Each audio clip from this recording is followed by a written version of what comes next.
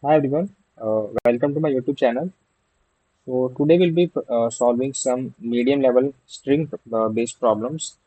So let me start with the this particular problem, that is the minimum time to make the rope colorful. So in this particular question, what we are given is that we have a rope, and on this particular rope we have some n number of balloons, and the indexing is actually zero based. So like any other array or any other string. So we are given the colors of the balloons as a string. So where if two different characters are same, which means that these two or those two balloons have the same color. So for example, uh, we can see that the colors is A B A A C. So the first, third, and the fourth balloons will be of the same color, and we are also given the needed time array. And so what we basically want to achieve is that Alice wants the rope to be colorful. That she doesn't want two consecutive balloons to be of the same color. So, uh, and the needed time array is basically tells us that how much time is needed to remove a particular balloon from the rope. And so obviously we want to minimize the time that in order to make the rope colorful. So for this particular example, we can see that we have these two different balloons of the same color consecutively.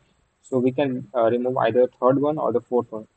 But the time to remove the third one is 3 units, and for the fourth balloon it is 4 units. So it is optimal to remove the third balloon because it will like help us to minimize the time. Then so answer total time is actually three. Uh, so it might be also possible that there are no consecutive same color balloons. So in that case, the answer will be zero. And in this case, we have two different pairs of same color balloons. So for example, the first and the second balloons are the same color, and the fourth and the fifth one are the same color. So in this scenario, we can see that the needed time for the first balloon is 1, and for the second balloon it is 2. So we can choose the first balloon, and for the fourth and the fifth balloons, we can choose the last balloon, that is the fifth one. So it will basically give us the time as 1 plus 1, that is 2. So coming to the approach, so we can see that if we have m number of consecutive balloons, so we'll end up deleting m minus 1 of these balloons. So we'll only need only one of these same balloons, one of these balloons. So for example, if we have the string as, for example, the colors as A, and then we have a B. So for let me zoom in. So for these three consecutive A's, we'll be only ending up getting a single A. So we'll always try to keep the particular A for which the needed time to remove it is the maximum possible. So for this particular example, we can see that for the first two balloons, we are always it is optimal to remove the first balloon because the time for it is the one, and the remaining balloon that is having the needed time as two, it is a maximum of one and two. So we'll try to find out the pair of or the group of balloons which are the same color, and then we'll pick up the balloon, uh, all the m minus one balloons. We'll basically arrange them in the sorted order, and then we'll sum up the time for those, and remove the time, and basically subtract the time for the maximum balloon. So coming to the implementation part, so we can keep a variable I as 0, and we have the n as the size of the colors.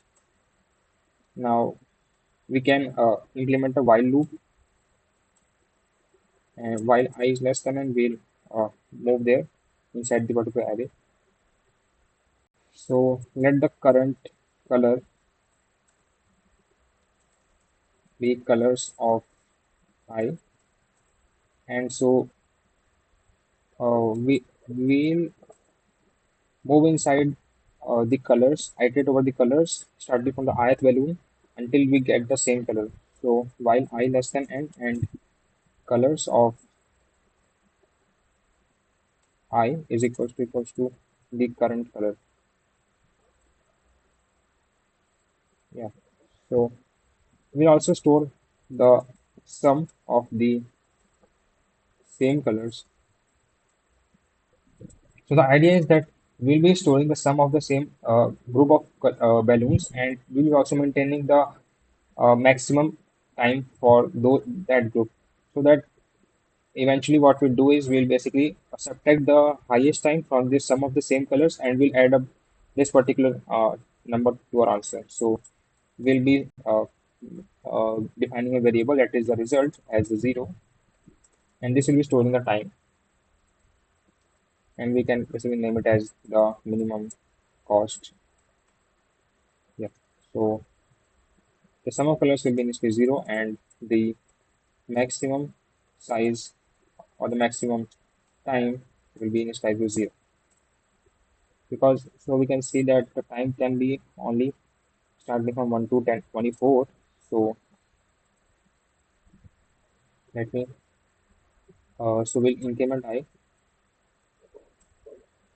The sum of the same colors will be incremented by the needed time of I, and the maximum time will be the max time and the needed time of I.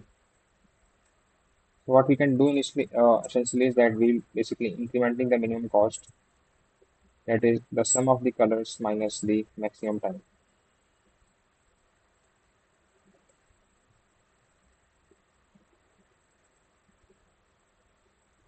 Yeah, so we'll be returning this.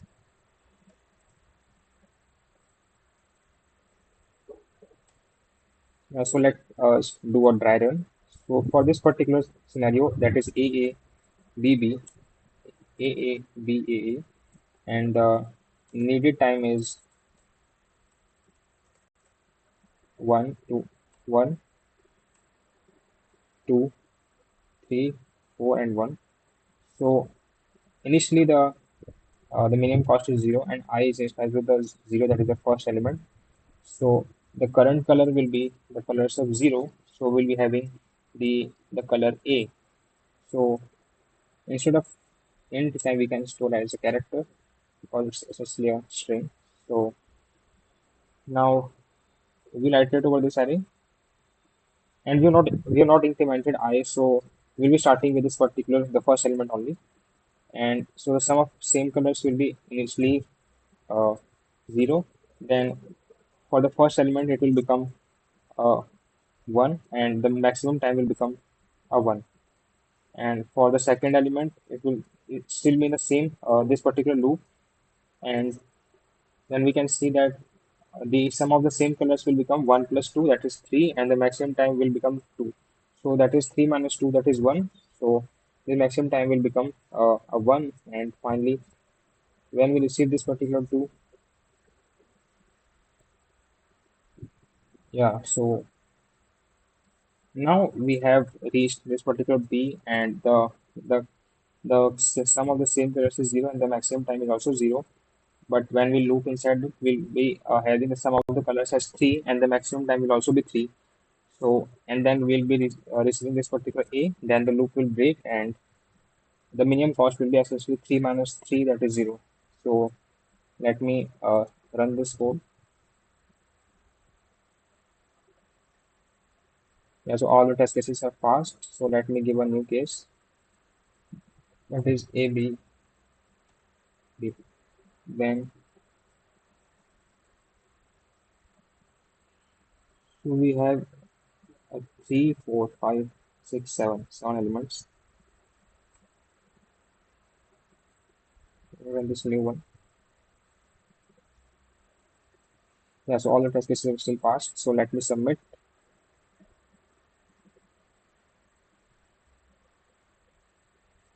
Yeah, so we can see that the solution is actually passed. It is accepted. So coming to the time complexity analysis, so we can see that this particular loop will iterate over all the elements once. So the overall time complexity will be big of n, and the space complexity is big of 1 because we have not used any other any container except for the simple variables. Yeah, so that was about this particular question. So Let me move to some new question. So let me pick making the file names unique.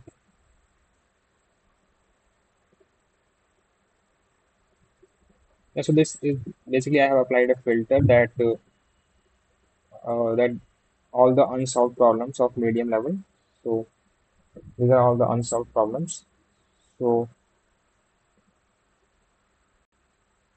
so talking about this problem that making the file names unique. So we have been given an array of strings names of size n. We'll be creating n folders in your file system such that the ith minute you will create a folder with the names of file. Okay, so we'll be starting with the zeroth element at the zeroth file, the zeroth folder at the zeroth minute. And since two files cannot have the same name, if you enter a folder name that was previously used, the system will have a suffix addition to its name in the form of a k. So where k is the smallest possible integer, that such that the obtained name remains unique. Okay, so we have to return an array of strings of length n, where answer of I is the actual name that the system will assign to the ith folder. Okay, so let us see it to the example. So first we have created the PES folder, the folder with the name PES, then FIFA. So essentially, the first file will be named as it is because we have not created any other folder before it. Then FIFA is also a new folder, so it will be named as it is. Then GTA will be also as it is. Then the PS2019 will be also named as it is because this is only PES, but it is different because we have a different suffix. So, for example, in this scenario, we have GTA 1, then GTH in GTA 1, so they are placed the same. Then we again have another GTA. So essentially it should be a GTA 1, but GTA 1 is actually used, so we'll be having a GTA 2. So the name is reserved, the system adds a K. Since GTA 1 is also reserved, so system puts K equals to 2, so it becomes GTA 2. Then Avalon is not assigned before, so it remains Avalon. Okay, so one piece 1, one piece 2, one piece 3, and then one we have one piece. So one piece was actually used, so we'll be moving with one piece 1, it is also used, then 2, then 3, then we'll be finally having one piece 4. Okay, so what we can do is, okay, so let me think. So we can use a hash map where we can store the string part as well as the number that is written in the bracket, that is the suffix surrounded by braces. So instead of keeping these braces, we can just store the number there in order to make it more efficient by using an integer instead of a string. The names of I consist of the lowercase English letters, digits, or round braces.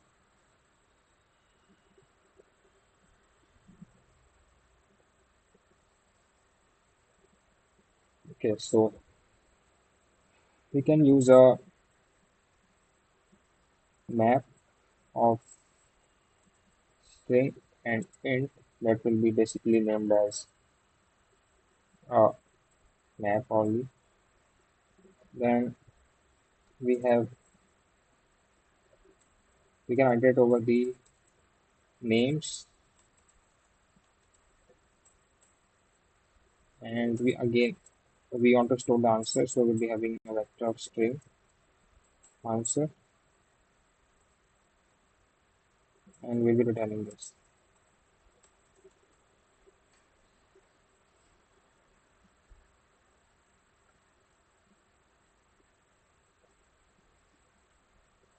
Okay, so we'll be first extracting the string part from that particular folder name. So we'll be having a string.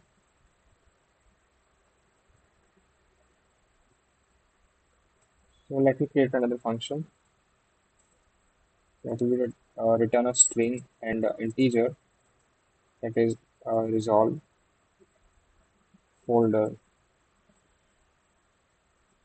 and number or ID we can say. So it will be accepting a string by reference because we don't want to create a new copy. So let me name it as folder. So essentially what we do want to do is that uh, if if the folder name is suffixed by a closing parenthesis, that means that it will be basically a number. Okay, so if folder dot back, we want to basically check for the last character. If it is a closing braces, then we can, if it is folder dot back is not equal to a closing brace, so we can simply return the string and the folder, and we can return a -1 in the case it is not a actual um, it is not actually a, for example, it is not of this particular format. So for example, if we pass GTA like a string, it will return us with the string as it is, that is GTA, and we'll get the ID as -1. But for this particular use case, that is GTA 1, we'll be returning the string as GTA and the ID as 1. So, right, so will be string folder name and the integer part as ID.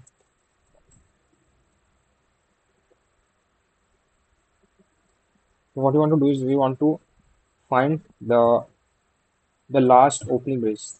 So let me start I equal to n minus 1, where n is nothing but the length of the folder name, original one. Okay, so we'll be iterating backwards until we get a opening brace. Yeah.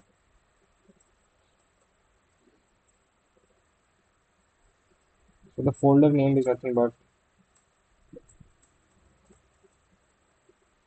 the folder dot substr.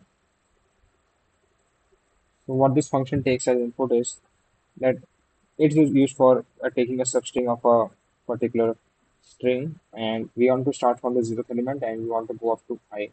That is the number of the elements that we want to I plus one essentially because it is actually zero based indexing. So if I, for example, in this scenario, GTA 1, so we have 0, 1, 2, and 3. At the third place, we have got a at the third place we have got the opening base. So I will be 3, but we want up to this, the third character. So yeah, we can keep it I as it is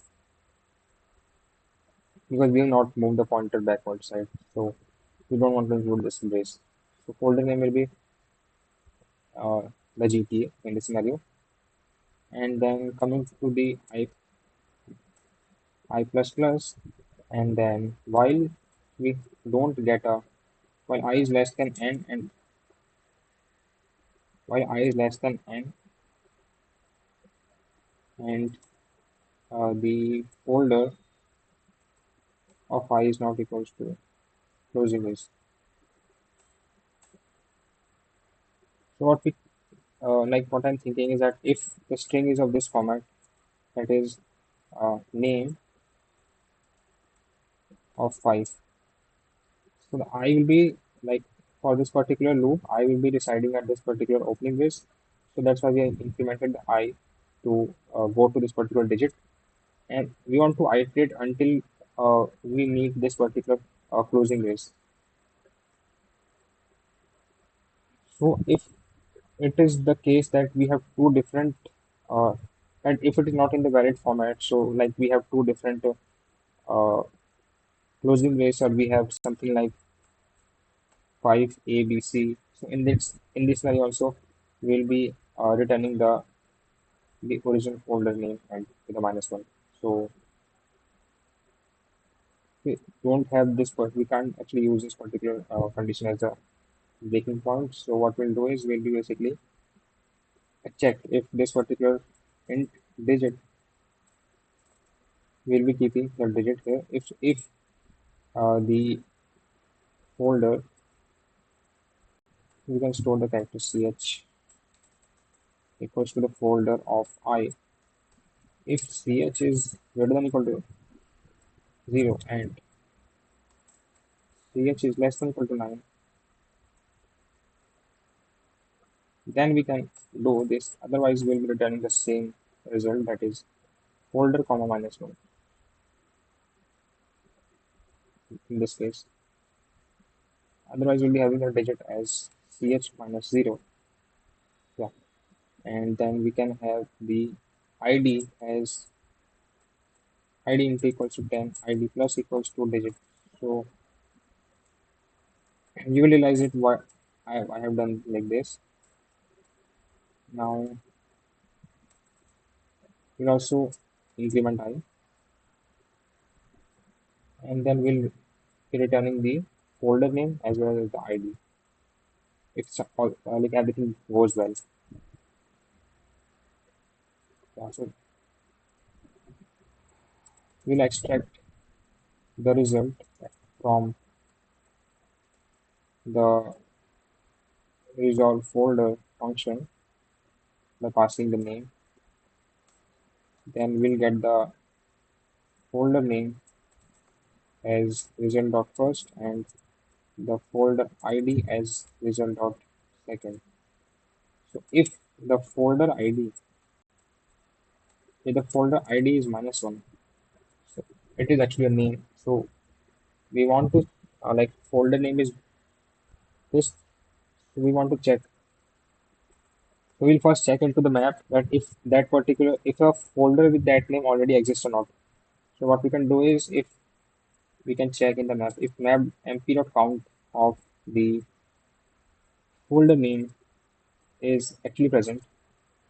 So what this map will store like elements in the like, for example, we have the name like for example GTA. So initially it will be stored with the ID of 0. Like for the first GTA we can store it as it is. So we don't need to actually add or suffix of 0. Then we can increment. So if we found a second instance of GTA, then we can add a 1 inside this particular map, that is GTA. The map of this GTA will be now become 1. And if we found the third item, then we'll be incrementing a 2 inside it, right? So we'll be also incrementing this with 2. So that's how it works. So if we have actually found the map of this particular folder name inside our map, so we'll be in next ID. The next ID will be now. So we have basically like if it is not present, then what we'll do is that we'll be creating a new entry inside the map with a 0. Otherwise, what we'll do is that we'll be basically incrementing it by 1, or what we can do is we can simply increment it here also. Then we can keep it the next ID as this, that is MPF folder name. So if it is 0, then it will be 1. So we have incremented by 1, so it will now become 0, now become 0 plus 1, that is 1, and the next ID will be 1. So we'll be using this particular next ID into uh, our current name, current folder name. So it will be becoming like the folder name, then we have the folder name plus, we'll be adding a opening brace, then we'll be incrementing the next ID. So here we'll increment that and then we'll close it. And finally we'll be here, what we can do is we have the folder ID, so we can basically convert it into a string. So string id underscore str to underscore string of folder ID, and then we can increment id underscore str. And if it is not present, then we can do this. Otherwise, if we already have a name, like we already have ID present inside our name, in that scenario, we have to do something like, for example, we have the GTA 1 here, so we have to increment it by 1. So, but what if, like, we are given that the name consists of this, but we are not given that the elements will be given in the increasing order of their uh, alphabetical order. So, like this, we have 2019 present here. So we can't actually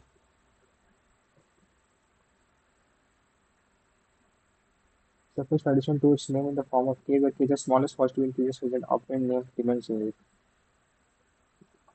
So like if we have got like after GTA, if we have the string GTA 2 present inside our names vector, so we can still use the GTA of 1. So will we need to keep a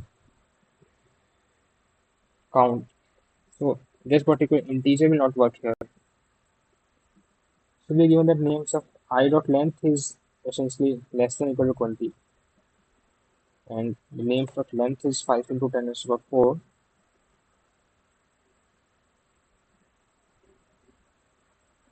Yeah.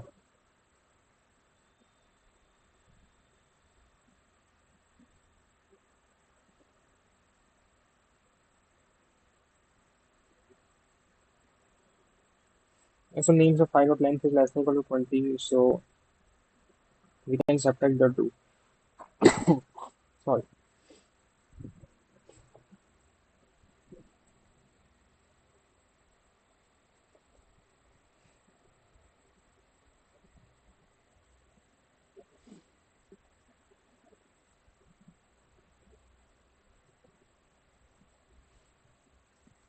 So instead of keeping a integer, we can actually keep a vector here, and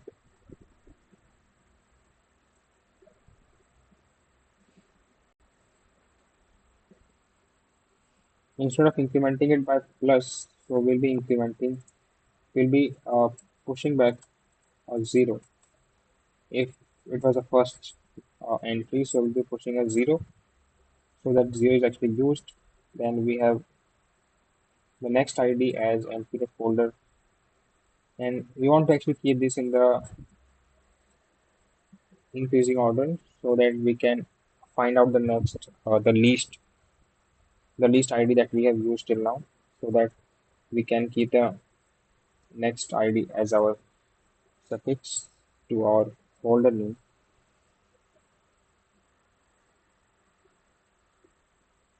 Hmm.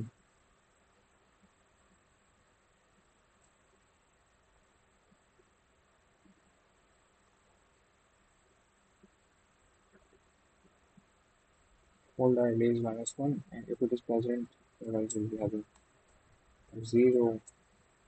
That's actually pushed here, not here. So we want the mpf folder name. We want to extract the next minimum ID from the mpf folder name. So what we can do is we can so instead of keeping a vector, we can store an unordered set. Right? So like we can check from 0 to 1, like which entries that we have already taken in uh, auto st of this. Then we can, yeah, so int next id equals to 0, then for while loop next id, so while st dot count of next id We'll be incrementing the next ID until we get a new entry that we can place inside it. And so we'll be incrementing and using it here. That is, yeah, the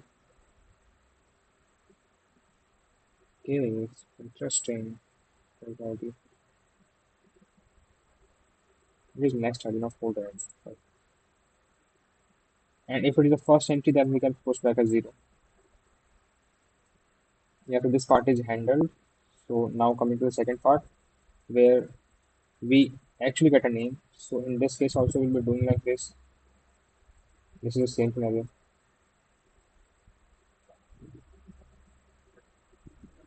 Yeah. So we have this particular answer and will be folder name string, current folder name, current folder name, and we'll be using this current folder name here. We can define it outside, so we can use the same variable. Yeah. So this is the folder of prospect 0. And so with the current folder name will be nothing but the folder name only, right? Then in the second case also, we can remove this. Then current folder name will be folder name, then this it is. And finally we have the answer dot prospect of the current folder name.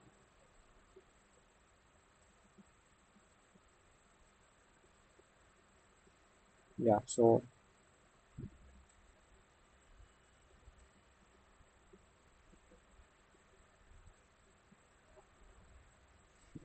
yeah, so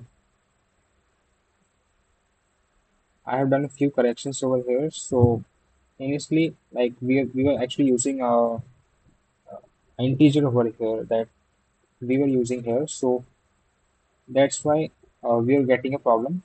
So that's why we have actually changed it, but we have done a few. I have done a few changes in the code. So let me run.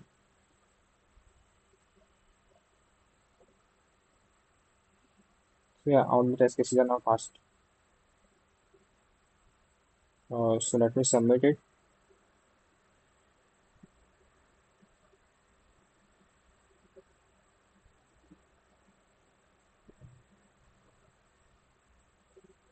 Okay, so we are getting some error.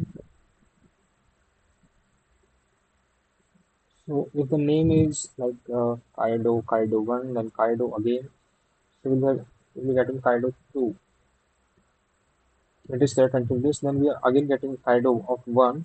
So instead of getting a Kaido 3, we should be getting a Kaido 1 of 1. Okay.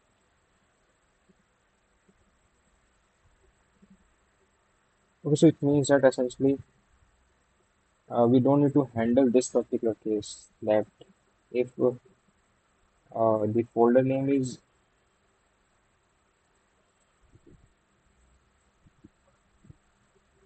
Kaido of 1. So for example, if it is this case that integer folder name account, so essentially if I run this code, then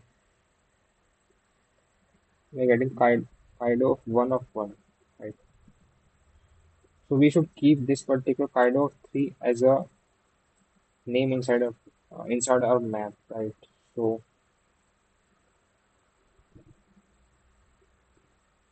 the folder name and the folder ID. The folder ID is actually not required here, so I think that we only need this particular folder name here. So instead of using this particular folder name, yeah, so it means that the question was essentially very easy. We have to use this particular name only instead of keeping extracting that part.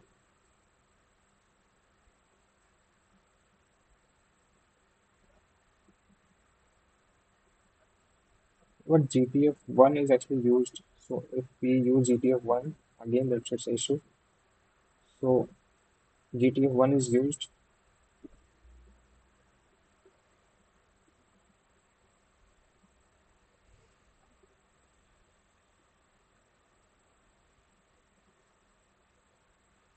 So now it works fine, but the corridor 1 is there, so we cannot actually use the corridor 1 again. Yeah. So MP of name dot insert this and MP of folder name. So what we can do like this, we can, if we have the folder ID as non minus one, so we can actually we can increment that also. The MP of folder name dot insert of folder ID.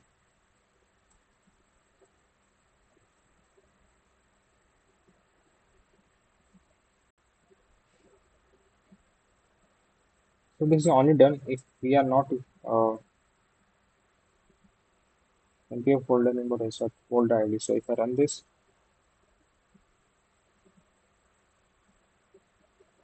yeah, so this is MP only. So this is, there is a specific case where this should be done instead of doing it always. So if folder ID is not minus one, then only we are doing it right. So let me submit it again.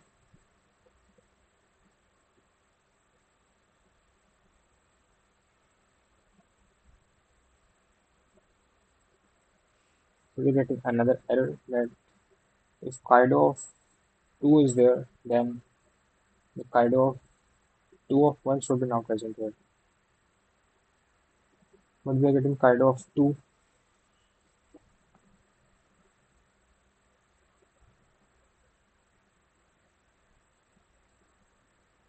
Kaido of 2 of 1. Right. So the folder ID is there, then we have the Kaido of 2.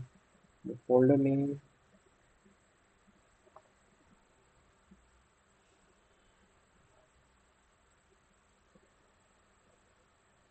hmm, okay, so the length of the video is quite like increasing, so let me pause.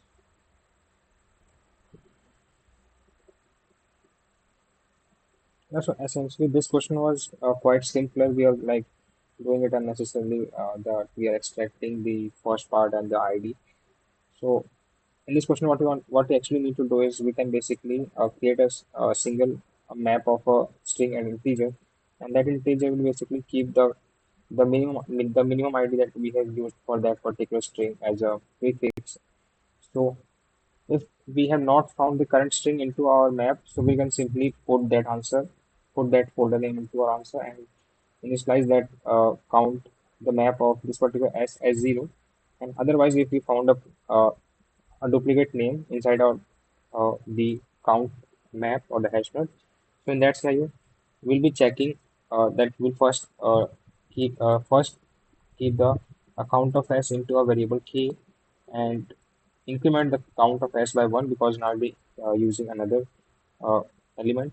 Then we can simply run a while loop and try out the different values starting from the id as k, and until we get another instance into our array, we can basically increment this particular the count of k, and finally we'll push back this particular t, the string t, into our answer, and then we can like we have used, for example, the PES of 2019. So we'll be putting this particular string PES of 2019 into our string, the map with the ID or the count as 0. Then we'll set back the count of s to k. So if we run it, so we can see that the all the test cases will pass.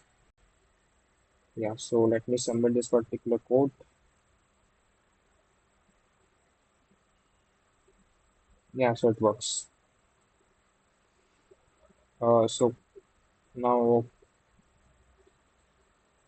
coming coming to the time complexity analysis, so we can see that we are using another map so that we have the complexity of the, the length of the string can be around 20, so it is feasible to go for a big of 1.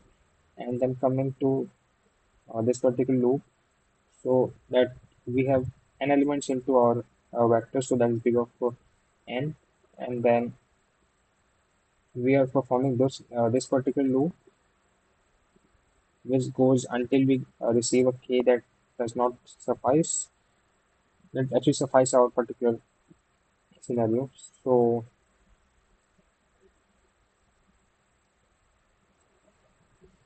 yeah, so essentially we are iterating over the names, and so the overall complexity we can say that is big of n. So that was about today's session. So thank you.